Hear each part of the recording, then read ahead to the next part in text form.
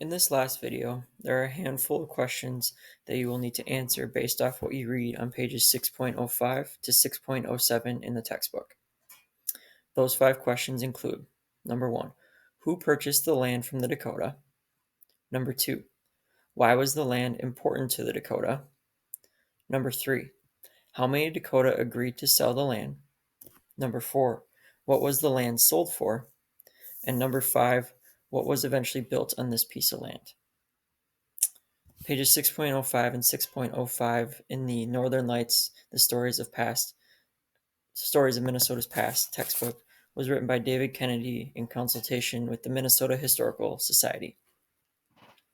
The first land deal. In 1805, a young U.S. Army officer named Zebulon Pike traveled with 20 soldiers up the Mississippi River.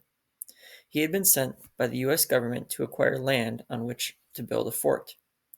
Pike camped on a flat, sandy island where the Minnesota River joined the Mississippi River.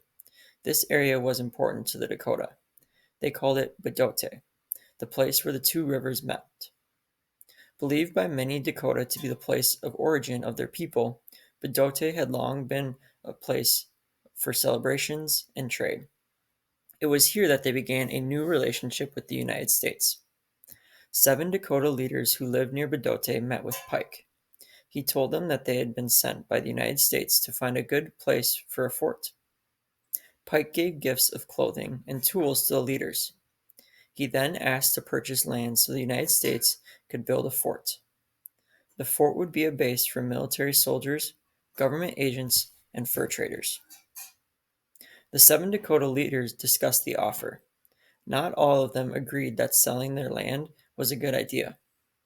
Finally, just 2 of their leaders, Little Crow III, or Chitanwakuwamane, and Hisi Standing Up, or Yayang in Azi, signed a document granting the United States 2 small but important pieces of land. One was at the mouth of the St. Croix River, where it joined the Mississippi River. That would be this piece of land down here, this square.